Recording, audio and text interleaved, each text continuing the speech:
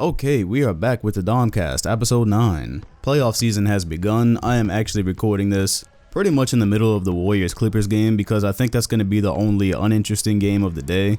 They've all been competitive so far. I'm really looking forward to the Spurs and Nuggets. And the Clippers have held their own kind of, but they're already down double digits, so if the Warriors come out here and do what they're supposed to do, I think I can afford to not really pay attention to this. I did not anticipate this series being interesting. With that being said, I'm going to go ahead and get to your questions because my AC is broke in my house and I live in Florida, so it feels like I'm recording in an oven right now. And with that being said, let's go ahead and do this. This is a pretty timely question considering everything that happened today. Mob is asking the most likely series to end up as an upset. Well, I'm not going to overreact to one game of any series, although I will say the Sixers, that was probably the most pitiful game I've ever seen by a team that is favorited in a series. Like, I was actually miserable for them because, again, like I said, the AC is broke, it's hot in the house, and I'm watching this terrible basketball. The crowd is booing the whole game, it seems like. And furthermore, I picked the Sixers to sweep that series. That was before I knew Joel Embiid was questionable and that he was going to be lumbering around his knee, obviously. I think I would have given the Nets more games if I had known that. That report came out right after I did the predictions. Nevertheless, the Nets are some ballers and they ran the Sixers out of the building.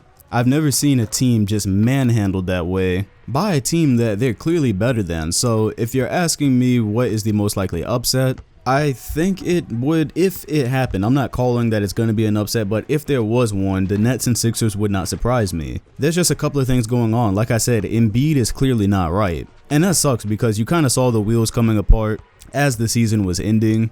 Embiid kind of limping around every time he falls. And they've got a lot of adjustments to make. One specific one is when D'Angelo Russell is using a pick, they cannot have Boban falling back every single time. They're giving D'Angelo Russell wide open mid-range shots, so I'm pretty sure that's an adjustment they are going to see on film and make because they will die if they allow that to happen. Then one thing I did bring up in my predictions that I didn't think was going to be a problem until later in the playoffs was Ben Simmons. I've long maintained that the Sixers are not going to be a championship team until Ben Simmons has something that you have to respect, and you could see that in the Nets game. He just couldn't generate anything. Without the defense having to guard him that far out, he's making the game harder for his entire team. So yeah, the Magic did win game 1 against Toronto today, but I don't think that's going to be an upset. The Magic, they played their hearts out, but ultimately I still have Toronto winning that series. But with the Sixers, it's like, boy, I did pick them to win the series. I'm still picking them to win the series, but they have some serious adjustments they've got to make. Klay is asking where will Derrick Rose go, and I honestly feel like he might go back to Chicago. There was a report that came out that said he is open to it if Chicago wants to make an offer. I don't know how many of you saw Derrick Rose's documentary, and it was very beautiful, and it actually caught the moment that he was traded to the Knicks, and I never knew he was so broken up about it. Then again, I hadn't given much deep thought about how he was from there and everything he went through, so I could see why he was emotional. And they didn't leave on good terms. Derrick Rose did not have a graceful departure from Chicago, his hometown, so I think maybe he would like to maybe just fix things because last time he was there when he played in Minnesota, they were chanting MVP and he was smiling. And now they got a good young core. They have a shot to get Zion this summer. So they're going to come back with this core of what may be future stars. And I would love to see Derrick Rose come back there. And I don't know if he'll be their starting point guard just because he still is injury prone and the minutes are clearly too much for his body. But that's where I would like to see him go if he's not going to go to a contender. I don't really want to see him just keep hopping around to teams that don't really have a goal or an aim. Because while it is cool to see him get minutes and show out like he did in Minnesota, I kind of want to see him play somewhere that matters. And he deserves some kind of success for everything he's fought through to even still be playing. I think what he's gone through would have broken a lot of players. So yeah, right now it kind of seems like Chicago to me. This is also another timely question. Mr. Mighty is asking, if Leonard leaves, do the Raptors have a future? And this is something that I have not even been considering the whole year because the Raptors have been at the top of the East. They're clearly a good team. They clearly have something going there with Leonard. But up until where ESPN sent the notification yesterday, I believe, that Serge Ibaka had asked him, probably on the show, that cooking show, I guess. I didn't see the clip, but apparently Kawhi deflected the question from Ibaka asking if he was planning on coming back. And to be this close to July and he's still in the I don't know phase, just that's it, that surprises me, I'm not gonna lie. I just don't know where else he would really want to go. In my mind, I had already X'd the Lakers out just because I don't really know if him and LeBron are going to play well together, but even then, why would he go to the Lakers when you could go to the Clippers, who they already have a good roster out there, probably something more long-term. They can build something more long-term and get another star. I don't know, maybe something like that can work out with the Lakers, maybe, but I just think he has better options if he's going to leave the Raptors, who are kind of already set at the top of the East, where you have a very realistic chance to go to the finals. Now, that being said, with what happened with Ibaka and with what happened today, where Lowry just laid an egg, playoff Lowry made an appearance, and that reminded me, I was like, yo, damn, I forgot. I've been so wrapped up in how the Raptors have been doing this season. I kind of forgot you get to the playoffs. It wasn't just DeRozan that would have this notorious playoff mode where they get dominated. Lowry could lay some eggs too, and he did today. So especially if they don't go far, I still think they're going to beat the Magic, but what if they end up losing in the second round? That's a possibility, especially if it's the Sixers they have to play. It's just that nothing is guaranteed with them, and considering those things, for the first time today, I sat down and I was like, this could be a one-off thing where the Raptors were really good this year and Kawhi just takes off. And we had not been considering that they traded DeRozan for him last year. And since it happened, nobody has really talked about the fact that if Kawhi leaves, they're kind of screwed. So it was a gamble. That was the name of the video that I posted that had got taken down. I'm not sure exactly. I can't remember exactly what the claim was, but that video got deleted. But yeah, when it first happened, I was like, this is a huge risk for the Raptors. Obviously, for the regular season, it turned out really well, but playoffs are a different animal. So it is in the Raptors' best interest to go to the NBA Finals, where I have predicted them to land. And if that doesn't happen and Kawhi leaves, they have a good piece in Siakam. Pascal Siakam is that dude's a hooper. He was going off on the Magic today and is probably going to win Most Improved this year. So they've got a piece there, but again, it's really hard to bounce back when you don't have a star on the team, and you traded DeRozan, and if Kawhi leaves, now you're on the hunt for a star again. So that can be a very, very just deadly process to a franchise, and Raptors fans, you really better hope that is not the road this is going down. This question is asking, is firing David Yeager a good move by the Kings? And when it first happened, my initial response was to just go for the Kings' throat, because I always remember when they had DeMarcus Cousins, it seemed like he really liked Mike Malone and that the team was going in a good direction. I really remember that, like, for the first time, DeMarcus Cousins and the Kings looked like they could be competitive. Then they fired Mike Malone, and I was like, why would you do that? This is Cousins we're talking about, very touchy guy. You have a coach that your star player likes, why would you do that? So they fired him, and then this year they have their best season in years. They nearly make the playoffs, and then they fire Yeager. So initially I was like, is this just a thing that they do? Like, they take a couple steps backward when they've been too successful? But then I also saw from Kings fans who definitely know their team a lot better than I do, because I'm not going to sit here and lie like I'm just watching this team under a microscope. And they're saying things about his questionable rotations. And then I remember that one game where he got really mad at, can't remember what player. Oh yeah, Buddy Hield, I think. Buddy Hield took a long shot to tie the game or something, and he made it. It was against the Warriors. And Yeager still chose to get mad at him and shake his confidence so that he wouldn't take the shot the next time. So I was like, maybe this is a thing where another coach could get even more out of that roster. And now they have Luke Walton. So apparently they really saw something in Luke Walton, because within 24 hours of him and the Lakers going separate ways, they went ahead and they threw the job at him. So we will see how that goes, and we will see if Luke Walton gets even more out of this roster than Yeager could. Maybe they're in the playoffs next year. Braden is asking, will the Warriors still be championship favorites if Durant leaves? And that totally depends on the roster. One thing I had been saying is that if Durant left, would DeMarcus Cousins stay? And apparently there's something with the salary where they just simply can't offer him money where he would stay. Not 100% sure how that works, but that's the word on the street. So even before this game that's playing now with the Warriors and Clippers, Jalen Rose was saying that he thinks KD and Cousins leave this summer. Oh god, that would be a blessing. I'm actually so happy to get to July just to see if that happens. I don't want to shave 3 months off my life, but I want my old NBA back. Anyways, if it was just Durant leaving, of course. Look no further than the game they played in Houston, and that was without Kevin Durant. I know that's just one game, but it was a good model for how things would work if Durant was actually not a part of that team. Cousins would just get way more touches, he'd probably have better stats. They would simply adjust how they play, so then the big three would be Curry, Klay Thompson, and Cousins, and you still have Draymond Green, so that team would be the favorite. But in the realistic scenario where we live in, where even if Durant leaves, Cousins is not staying anyways, now you're talking about just going back to Curry, Draymond, Klay Thompson. Now that depends on what they do with the roster this summer, because if Durant leaves, obviously you got to go find some more talent. It's funny because we're forgetting that was basically the core of the team that went to the finals in 2016, 2015. Of course, they had Harrison Barnes and a better Andrew Bogut back then. So it's literally just the core. You have Sean Livingston and Iguodala as well. But you would have to add some more pieces too. But with the right pieces, yeah, they could still be very close to favorites, because maybe we've forgotten because it's already been 3 years now, but 2016 Steph. That guy is still inside of him. It can still come out. He doesn't because he has a much different team these days, so it would probably hold the team back if he was playing like that. But I'm very excited for that if the team changes next year and we get a reappearance of Super Steph. He's been super, don't get me wrong, but I'm talking about 2016. That's just on a different level than anything I've ever seen before. So it's been a few years, but I'm really hoping we can get that back if it's needed. Furcon is asking who has the most pressure to perform well in the playoffs. And this was actually right next to another question about Harden, saying or asking if Harden didn't play well this year, would his legacy be tainted with that narrative? First of all, his not legacy, but I would say the narrative around him already is that he is a poor playoff performer, at least when it matters. But I bring that up because, yeah, I think James Harden is under the most pressure to perform well. And you would think with my MVP being Giannis, I would say it's him. But the thing is, Giannis is just now on this road. I think this is the first year where we really expect something from him in the playoffs.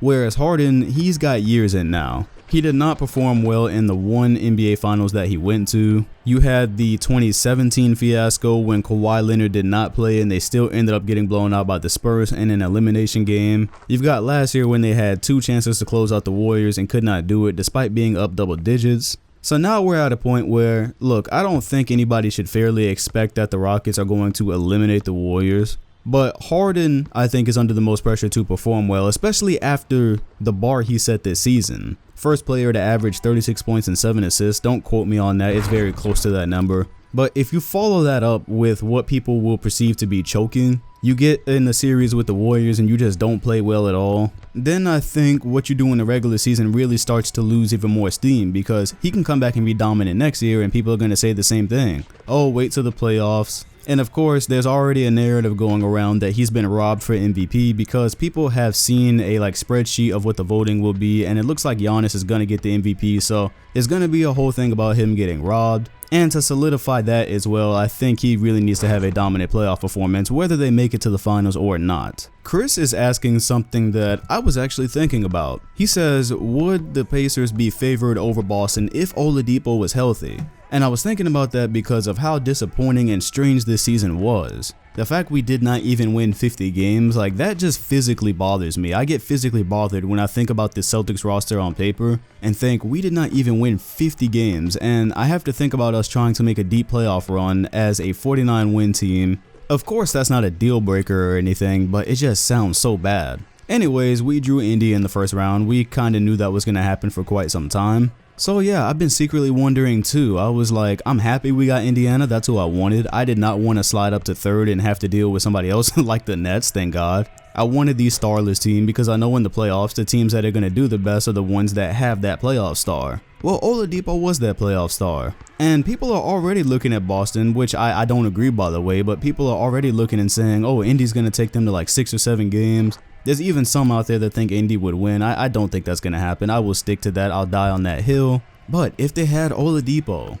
I don't know if they'd be favored, but I think there would be a significant rise in the amount of people that think they would win, specifically because if they had Oladipo, they would likely have home court advantage. Let's be real. The Celtics got home court just kind of by the skin on their teeth. So with the way the Pacers were playing and the way they played without Oladipo, they'd probably have home court. Boston has a decent record and have showed a decent fight against a lot of the top teams in the East, but we don't really have a great away record with them. So I'm still not gonna go as far as to say favored, because I think enough people would believe that Boston could put together a playoff run not to be bounced in the first round. But yeah, you would see a significant. It just obviously would not look how it looks right now, where everybody's expecting Boston to win. Everyone's saying it's a shame if they don't. I think it'd be more even, but I will not go as far as to say favored.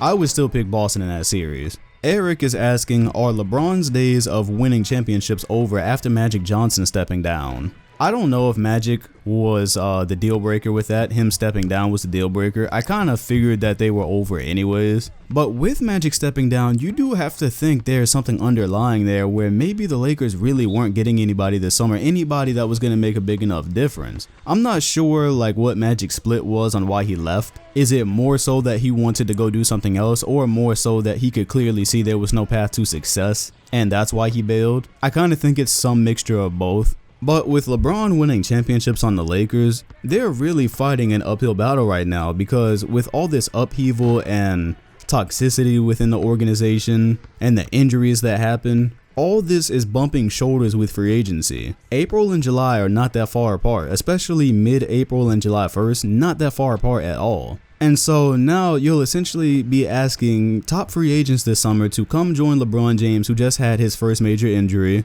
to come join a Lakers team who Magic Johnson just bailed on, and they just changed coaches, which maybe some people will see that as a good thing. But my point is that this is a difficult sell compared to a lot of places that other free agents can go, especially when you look at somewhere like the Clippers of New York, who I believe will have space for 2 max guys. So, okay, you can say the Knicks have a bad owner in James Dolan, but they'll be able to put something together if they were able to finesse like a Kyrie and Kevin Durant this summer. And yeah, I just think there's easier sells around the league than the Lakers. I still think the Lakers might end up landing somebody, but I don't think it's going to be like a cream of the crop, this team is going to win a championship type free agent. I don't think that's going to happen. But do not hold me to this, because my mantra has been this whole time that the 2019 free agency, the reason I'm so excited is because this can change everything. This can change the whole landscape of the NBA depending on who moves where. This is kind of the biggest free agency class since when LeBron James and all of them went to Miami, so the 2010 free agency. This is that type of thing.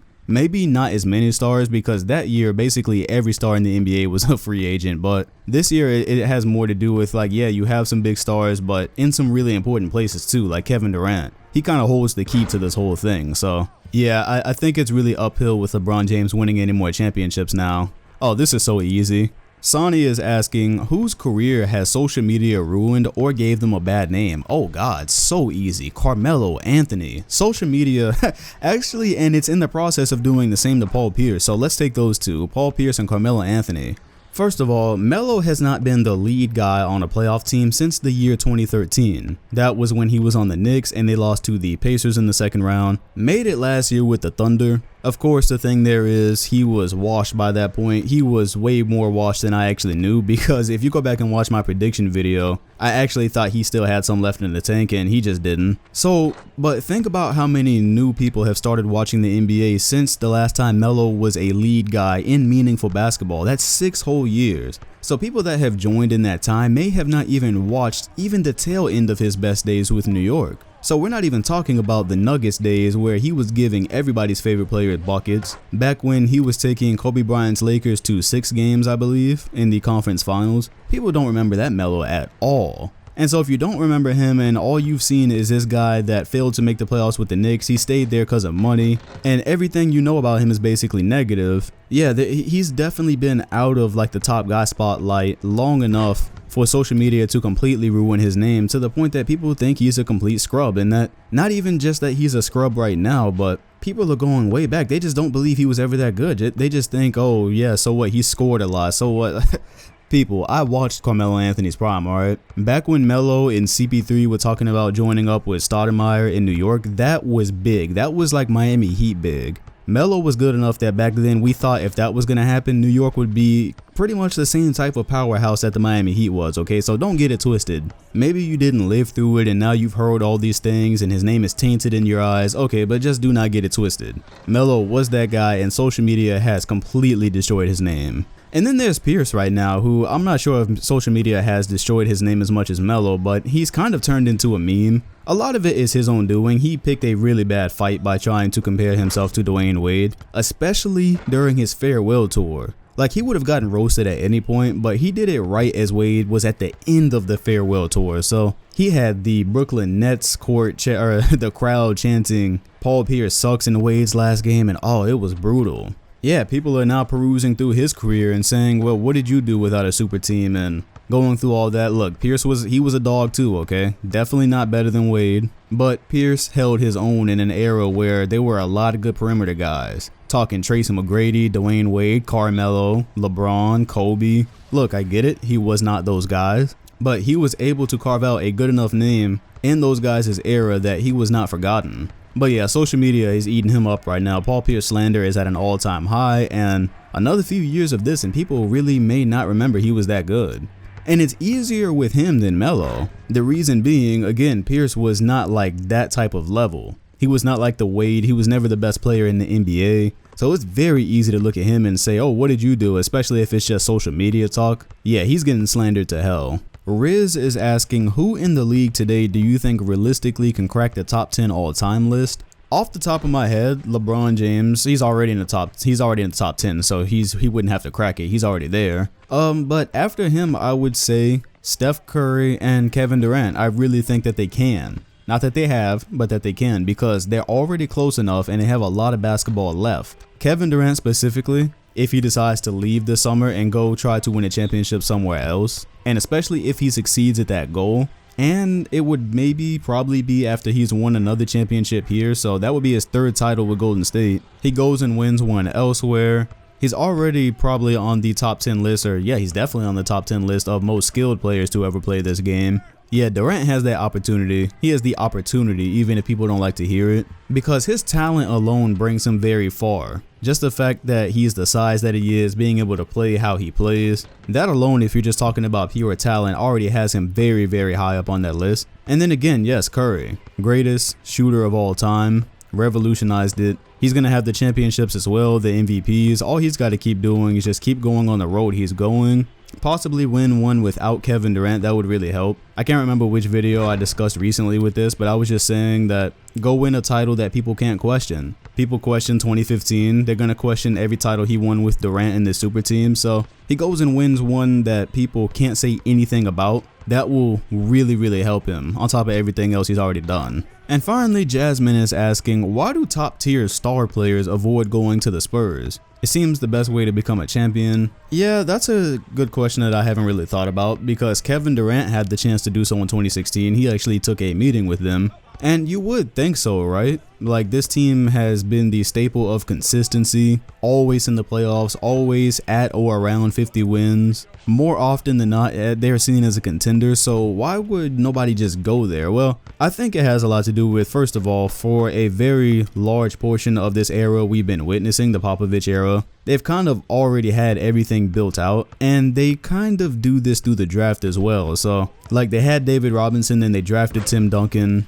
drafted Ginobili, drafted Parker. So they kind of always have what they already need, and when it looks like it's time for them to retool, you get a situation where they just go through the draft again and they picked up Kawhi Leonard. And it's just this thing where they very rarely ever need to hit a home run in free agency. And maybe stars don't feel like they would be able to do the kind of things they want on that team, because you have to remember these are guys with egos that sometimes care about things other than winning. So LaMarcus Aldridge wanted to be traded from there, remember? He had to have that talk with Popovich, because people might not remember, but Aldridge was a top power forward when he was in Portland. That dude was a beast. So you go to the Spurs though, and now you got to play basketball differently. It's not really all about you. So especially with the collection of talent that they've had over this whole time, maybe certain star players are like, yeah, maybe I'll win there, but I'm also going to have a harder time playing basketball there as well. Might be hard to stomach that you're not going to average over 20 points a game. And it just takes a certain type of star to be there, like Tim Duncan was, like Ginobili was, who could have easily been a starter but chose to come off the bench. It really just takes a certain type of guy to succeed in that environment. Not everybody is going to succeed in a total hands-off team environment. Like, it's all about the team. And you also have to remember that them having to trade Kawhi Leonard by virtue of that situation that popped up, that kind of seems like the first time that they really had that situation. All the way up to that point, they'd been good. They were able to just draft and replace and adjust. But then Kawhi Leonard wants a trade, and they kind of just had to make the best with the situation that they had, so they got DeRozan. So that's decent, DeRozan and LaMarcus Aldridge, but it's going to take more than that realistically. So I think for the first time, pretty soon, they're going to be in the hunt for, like, the real hunt for a star player, because now they don't have the luxury of the situation they've had, where it's just kind of like draft, replace, and repeat. Kawhi Leonard broke that cycle that they had going. So yeah, long story short, They've never really needed it, they've kind of always been set, and I could see why a star would not take less money and less shots and less of a role to go play between all the guys that they already had. And that will be it today. I'm actually sweating here. I feel like I played a basketball game. No AC in Florida, that is a death wish. Make sure that if you want to listen to the pod elsewhere other than YouTube, look in the description and the comment section. The links to the Spotify and iTunes playlist will be there. Hit the like button, comment, and sub to the channel if you enjoyed, and hit the bell next to the channel name if you want notifications when this comes out every weekend. Thanks for watching, and I will see you on the next one.